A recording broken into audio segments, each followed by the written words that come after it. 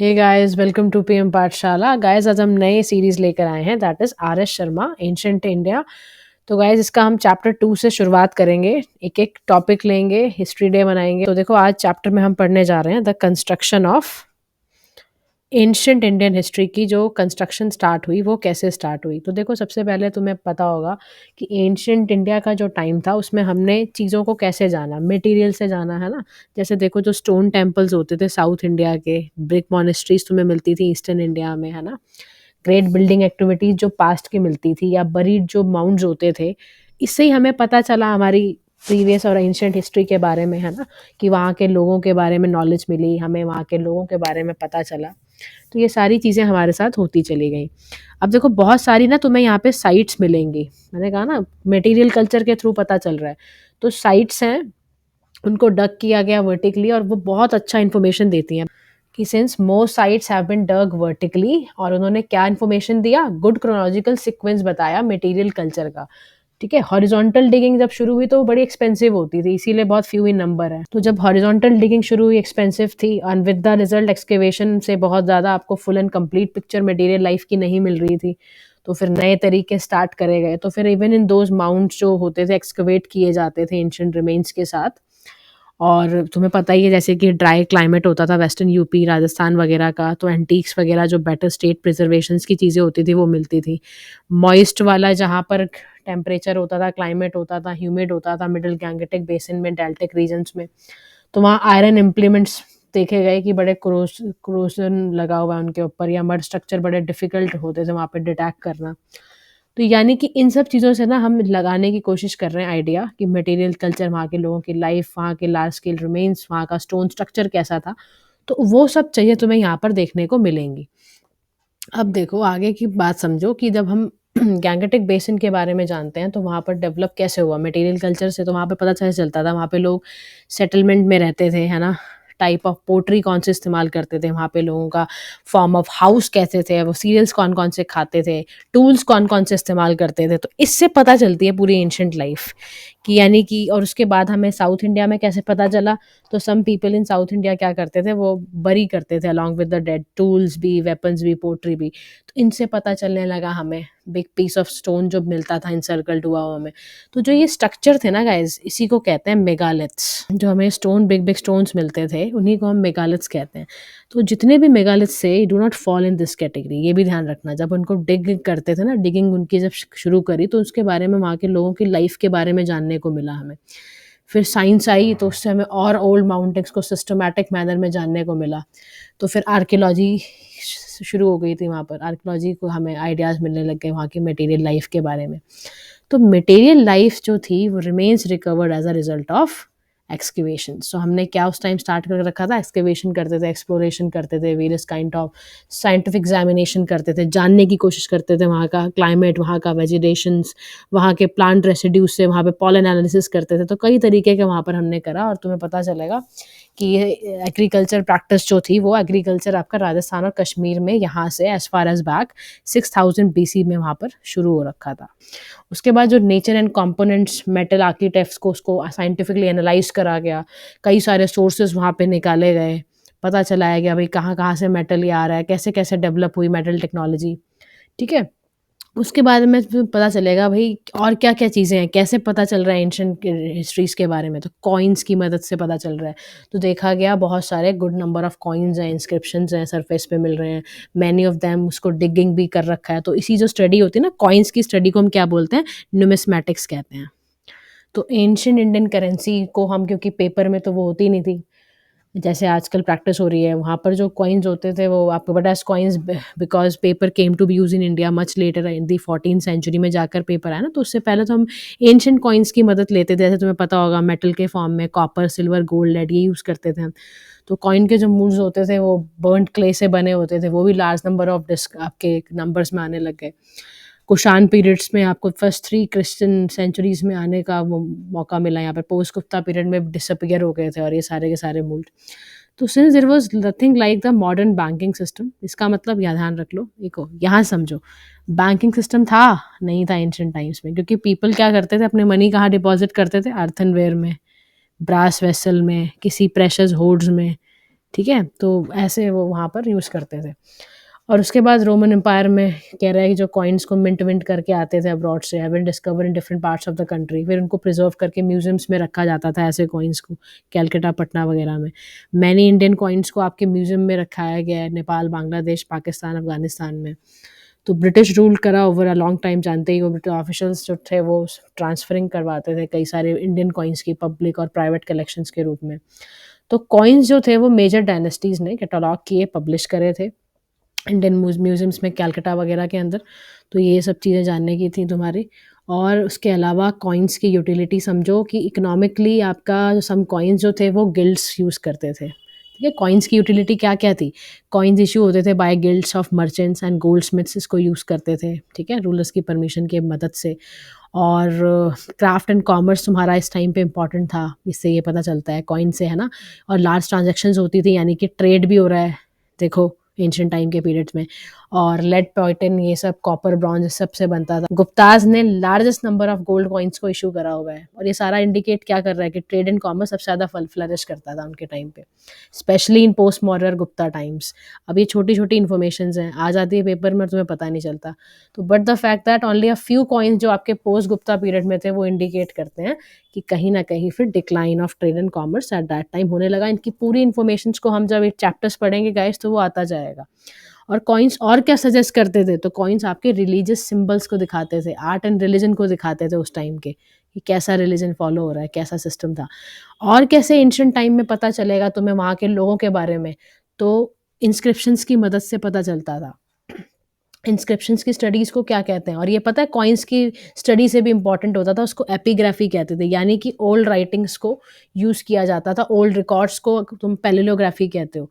तो इंस्क्रिप्शंस को कार्व किया जाता था सील्स में, स्टोन पिलर्स में, रॉक्स में, ब्रिक्स के अंदर, इमेजेस के फॉर्म में भी, तो वो इस्तेमाल हो रहा होता था। तो early centuries of Christian era जब था तो कॉपर प्लेट्स यूज़ होती थी इस पर्पज़ के लिए, ठीक है? उसके बाद बहुत सारे इंग्रेविंग्स को यूज़ करा गया। तुम्हें पता है इंस्क्रिप्शंस को कहाँ रखा जाता था? Records on the walls of the temple, ताकि एक परमानेंट रिकॉर्ड की तरह भी वो काम करे। लाइक कॉइन्स आपके इंस्क्रिप्शंस को भी प्रिजर्व किया जाता था, कहाँ पर? म्यूजियम्स में, ठीक है? बट द लार्ज नंबर तुम्हें जो मिलेंगे वो in the office of chief epigraphist थे मैसूर के, उनके पास ज़्यादातर मिलते थे। अर्लीस्ट जो आपके इंस्क्रिप्शंस होते थे वो आ जाएगा, यही अब देखो यही पॉइंटर्स उठाया जाएगा कि earliest inscriptions were written in the which language? तो बताओगे प्राकृत लैंग्वेज में था, 3rd सेंचुरी बीसी के अंदर।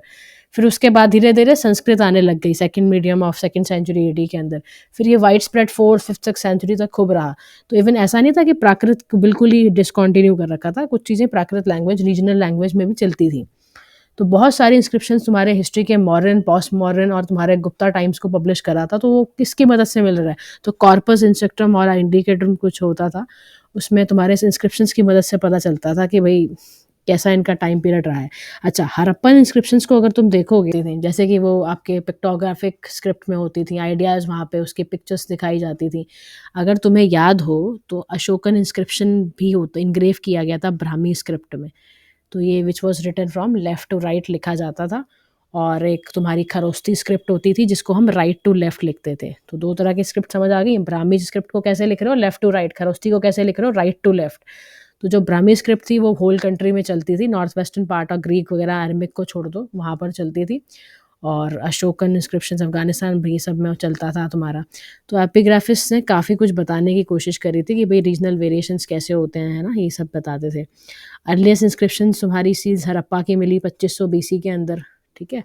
और ओल्डेस्ट इंस्क्रिप्शन जो डेसिफर की गई थी वो अशोका वाली थी 3rd सेंचुरी बीसी में। अशोकन पिलर की जो इंस्क्रिप्शन है, अब देखो यहाँ से क्वेश्चन बनेगा, Ashokan pillar inscription was found by home? तो याद रखना फिरोज शाह तुगलक ने फाउंड किया था। कब किया था? इन मेरठ के अंदर किया था। उसके बाद he brought it to Delhi and asked the pandit कि भाई उसके पूरे एम्पायर को डेसिफर किया जाए, बट क्या कर पाए थे? नहीं कर पाए थे। सेम डिफ़िकल्टी ब्रिटिशर्स को भी हुई थी लास्ट क्वार्टर जब वो 18th सेंचुरी में आए ना, और डिस्कवर करने बैठे थे इसको, अशोकन इंस्क्रिप्शन को, तो नहीं कर पाए थे। लेकिन एपिग्राफिस वाज़ फर्स्ट जो जिसने डेसिफर किया वो जेम्स प्रिंसेप था। सिविल सर्वेंट था ये एआईसी का बंगाल में। उसने एपिग्राफ्स को डेसिफर पहली बार 1837 में किया था। नाम गाइस बिल्कुल भी मत भूलना, ठीक है? नाम का ध्यान रखना।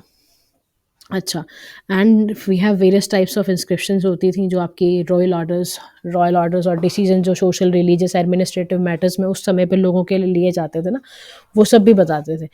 तो ज़्यादातर देखा जाता था कि जो रिलीजियस फॉलो हो रहा है उस समय पे, वो हो रहा था तुम्हारा बुद्धिज़्म, जैनिज़्म, वैष्णिज़्म, ये सब सारा फॉलो बहुत ज़्यादा होता था उस समय पे, ठीक है?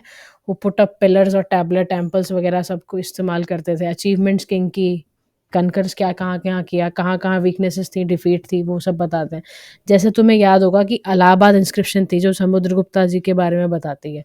तो फाइनली बहुत सारे यहाँ पे डोनेटिव रिकॉर्ड्स भी इसमें पता चलते थे। भई कैटल, लैंड, मनी उस समय पे बहुत ज़्यादा गिफ्ट किया जाता था for religious purpose. Made not only by kings and princes but also by artisans and merchants भी ऐसा करते थे। तो इंस्क्रिप्शन रिकॉर्डिंग से क्या-क्या पता चल रहा है तुम्हें, लैंड ग्रांट्स ये सब के बारे में, और लैंड सिस्टम एंड और आपका एडमिनिस्ट्रेशन कैसा था, ठीक है? और ज़्यादातर तुमने देखा 3-4 लैंग्वेज चल रही हैं। कौन-कौन सी? प्राकृत, संस्कृत, तमिल, तेलुगु, ठीक है? उसके बाद और कौन-सा सोर्स है जिससे तुम्हें और पता चले एंशिएंट टाइम के बारे में? तो यार देखो, लिटरेरी सोर्स होता है। यानी कि 2500 बीसी एंशिएंट इंडिया को जानने के लिए एक आपका तरीका था भई एंशिएंट मैन्युस्क्रिप्ट्स को are not older than 4th century AD, उसके बारे में भी पढ़ाया जा रहा है। तो इंडिया में और पाम लीव्स के थ्रू लिखा जाता था। सेंट्रल एशिया में Prakrit language has spread from India only. Manuscripts को शीप लेदर और वुडन टैबलेट्स पे लिखा जाता था, ठीक है? उस वक़्त तुम्हें पेज-वेज नहीं मिलते थे, ऐसे ही लिखा जाता था। अब सारी राइटिंग जो थी इनको इंस्क्रिप्शंस कहते थे। फिर बाद में उसको थोड़ा-सा और अच्छी लुक देने के लिए मैन्युस्क्रिप्ट्स आई। जब प्रिंटिंग शुरू हुई ना, when printing was not known, sorry, तो मैन्युस्क्रिप्ट्स बहुत वैल्यूएबल होती थी हमारे लिए। तो ओल्ड संस्कृत मैन्युफैक्चर जो सारी कंट्री में तुम्हें ज़्यादातर ओल्ड संस्कृत मैन्युस्क्रिप्ट मिलती थी, और साउथ इंडिया में, कश्मीर में, नेपाल में, हर जगह पर। तो प्रेज़ेंटली तुम्हें जो इंस्क्रिप्शंस हैं मोस्टली कहाँ प्रिज़र्व मिलते हैं? म्यूज़ियम में, मैन्युस्क्रिप्ट्स में, ये सब में। एंशिएंट क्या कुछ रिलीजियस थीम भी हैं, तो देखो रिलीजियस लिटरेचर्स कुछ उस टाइम पर बड़े इंपॉर्टेंट थे। वेदास आ चुके थे, एपिक्स आ चुके थे, रामायण, महाभारत थी, पुराण्स थे उस समय पर भी। और वो बताते थे ये सारी के सारे जो तुम्हारे रिलीजियस लिटरेचर था ना हिंदूज़ का, वो वहाँ की सोशल एंड कल्चरल पूरी कंडीशंस को बताते थे, डिपिक्ट करते थे। ऋग्वेदा को असाइन करा गया था 1500 1000 बीसी में, और पूरी अथर्ववेदा, यजुर्वेदा, है ना? पूरा ब्राह्मण और उपनिषद्स को बता रखा था पूरा उन सब के बारे में। ऋग्वेदा में बहुत सारी प्रेयर्स होती थी। लेटर वैदिक टेक्स्ट में आया कि भई प्रेयर्स के साथ-साथ रिचुअल्स भी हैं, मैजिक्स भी हैं, माइथोलॉजिकल स्टोरीज़ भी बहुत सारी आने लग गई थी। तो ये सब। उसके बाद ना 2 एपिक्स थे, मेजर पुराण्स थे, फाइनली कंपाइल करे गए। तो उसमें से तुम्हें याद है एक एपिक है महाभारता, ओल्डर एज एज में पॉसिबली रिफ्लेक्ट करता है स्टेट ऑफ अफेयर्स के बारे में। बहुत सारे इसके वर्सेस हैं, 8800 वर्सेस हैं। इसको जया संहिता भी कहते हैं। कलेक्शन जो सारी विक्ट्री के बारे में बता रहा है। तो ये सब चीज़ें वहाँ पर आनी शुरू हुई थी। और इसके अलावा कौरव पांडवा, तुम्हें पता ही है, कॉन्फ्लिक्ट्स के बारे में था। महाभारत देख लो अगर नहीं देखी तो, तुम्हें काफ़ी कुछ समझ आएगा उसमें। तो पोस्ट वैदिक टाइम्स में तुम्हारे को large corpus of ritual literatures मिलेंगे, बिग पब्लिक सैक्रिफाइसेस जो भी प्रिंस करता था men of substance belonging to higher classes के लिए, वो सब यहाँ पर डिपिक्ट किया गया है, ठीक है? इसके अलावा रिलीजियस बुक्स थी तुम्हारी जटनाज़, और ना कुछ बुद्धिस्ट किताबें होती थी, हिस्टोरिकल पर्सन्स और इंसिडेंट्स के बारे में बताती थी वो। तो जो भी इम्पोर्टेंट पार्ट है ना गाइस, वही तुम्हें पढ़ना है। जटकास वगैरह याद रखना। जटकास जो था ना, देखो ये भी एक इम्पॉर्टेंट सोर्स है। जटकास ना तुम्हारी वैल्यूएबल जो भी वहाँ पर सोशल इकोनॉमिक कंडीशंस होती थी 5th to 2nd century BC, वो सब बताता था। तो यार इम्पॉर्टेंट है ना। ऐसा नहीं है कि जैना टेक्स्ट वगैरह भी फिर आए बाद में, तो वो ज़्यादातर प्राकृत में लिखे होते थे। फिर फाइनली कंपाइल किए गए 6th सेंचुरी एडी के अंदर वल्लभ के गुजरात के अंदर, ठीक है? और इन्होंने रिकंस्ट्रक्ट करके कई सारी चीज़ें बताई कि भाई पॉलिटिकल हिस्ट्री ईस्टर्न यूपी की, बिहार की, ये सब। उसके बाद तुम्हारा धर्मसूत्रा स्मृतिज़ भी बड़ी इंपॉर्टेंट पार्ट है, याद रखना। लॉ बुक्स होती थी, लॉ बुक्स के नाम क्या हैं? धर्मसूत्रास और स्मृतिज़, ठीक है? और धर्म, इनको टुगेदर जब कमेंट्रीज़ किस पे की जाती थी तो धर्मशास्त्रास बन गए। 500 से 200 बीसी में प्रिंसिपल स्मृति जो थी वो कोडिफाई करके बनाई गई थी। इसमें ना यार प्रिस्क्राइब किया जाता था रूल्स कि भई according to which properties to be held, है ना? सोल्ड, इनहेरिट कौन करेगा, और पनिशमेंट में एक पर्सन अगर कोई थेफ्ट के गिल्ट पर आया है तो उसका क्या-क्या प्रिस्क्रिप्शंस पूरा दिया जाता था। एडल्टरी करी तो क्या सज़ा दी जाएगी, मर्डर किया तो क्या सज़ा दी जाएगी, मतलब वही मतलब कि लॉज़ बताए जा रहे हैं। अच्छा, उसके बाद ना देखो इम्पोर्टेंट किताब और आई तुम्हारी अर्थशास्त्र और कौटिल्या, ठीक है? तो टेक्स्ट जो था वो 15 बुक्स में था और उसके बारे में बताया जाता था कि भाई इकोनॉमी जो थी, सोसाइटी जो थी at the in the age of modern वो कैसी थी, उसके बारे में बता रहे हैं। This is the work of Bhasa Kalidasa, और बाना भट्ट भी थे यहाँ पर। देखो लिटरेरी वैल्यू बता रही हूँ तुम्हें मैं। क्या वहाँ पर क्या मिरर करते हैं राइटर्स जब आते हैं, तो वो कुछ ना कुछ तो मिरर करते हैं ना वहाँ सोसाइटी की सिचुएशंस को। तो जब कालिदास आए तो उनमें कई ड्रामाज वगैरह भी लिखे, इन्होंने काव्यांश भी लिखे। तो मोस्ट फेमस तुम्हें कालिदास का अभिज्ञान शकुंतलम मिल जाएगा। बिसाइड बीइंग क्रिएटिव कॉम्पोजिशन, वो पूरा social and cultural life northern and central India की in the age of Guptas वो पूरा बताते थे। अब ये सारी इन्फॉर्मेशन तुम्हें अपने आंसर्स में यूज करनी है, तो इन फैक्ट्स को बिल्कुल अपने टिप्स पे रखो सारे के सारे। उसके बाद अब in addition to Sanskrit source आपके कई अर्लीस्ट तमिल टेक्स्ट भी होंगे, जो संगम लिटरेचर में आ जाओ अब तुम। तो संगम लिटरेचर जब 3 to 4 सेंचुरी में चला, असेंबल किया गया, पैटर्नाइज किया करा गया। फिर आगे क्या था भाई, उसको संगम बोला गया है ना, लिटरेरी असेंबली को। फिर लिटरेचर्स आए, लिटरेचर्स आते हैं देखो जब भी कुछ भी, तो ये सारे साउथ के लिटरेचर था, बहुत मेजर सोर्स था वहाँ का। Sangam literature is a very major source of our information for the social economic and political life of people. जो भी डेल्टिक तमिलनाडु या रहते थे ना, पूरा वहाँ पे इन्फॉर्मेशन देता था उसके बारे में। अच्छा, उसके अलावा और क्या तरीका है एंशिएंट हिस्ट्री को जानने का? तो फॉरेन अकाउंट्स। कहाँ जाते हैं हम? फॉरेन अकाउंट्स में जाते हैं। ठीक है, तो फॉरेन अकाउंट्स पढ़ो अभी क्या है। इंडिजिनस लिटरेचर्स को सप्लीमेंट करा गया फॉरेन अकाउंट्स के साथ। ठीक है, तो Roman, Chinese visitors, Greek visitors हमारे यहाँ ट्रैवल करने आते थे।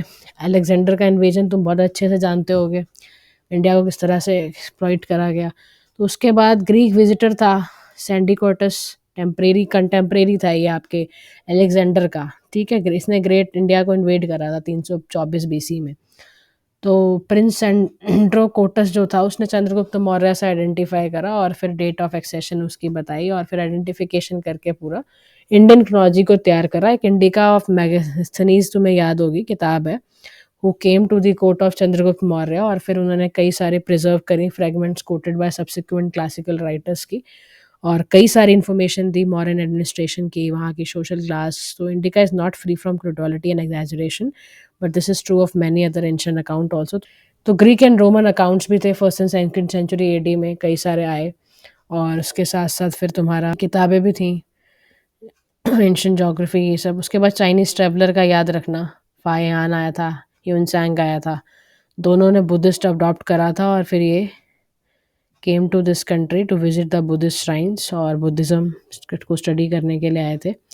और इन्होंने social religious life economic condition को बताया गुप्ता की लाइफ में। पायहान आया तो गुप्तास की एज का जो सोशल रिलीजियस इकोनॉमिक कंडीशंस थी उसको उसने पढ़ा। यानसेंग जब आया तो उसने सिमिलर अकाउंट इंडिया का in the age of Harsha को डिस्क्राइब करा था। अब इसके बाद फॉरेन अकाउंट के बाद आता है हिस्टोरिकल सेंस क्या था। हिस्टोरिकल सेंस में यहाँ ध्यान रखना, ancient history are charge with the lack of historical sense. ठीक है, तो भाई कुछ तो बोलेंगे ना, वो चार्ज बोल दिया भाई, तो हिस्टोरिकल सेंस नहीं है। दूसरा, it is obvious that they did not right history in the manner it is done now, जो अब जैसे अब की जाती है ना, पूरा सॉर्ट ऑफ करा जाता है। तो वो पुरान्स बेस्ड थी, इंसाइक्लोपीडिक इन कॉन्टेंट्स थी, dynamic history the beginning of, जो भी तुम्हारे ये सब दे रहे हैं। तो पुरान्स में बताया 4 एजेस में थे, क्रेता, त्रेता और द्वापर और काली, है ना। ये पूरी उन सब की एज के बारे में बताया है, एक के बाद एक मॉरल वैल्यू, सोशल इंस्टीट्यूशंस कैसे डीजनरेट होते गए।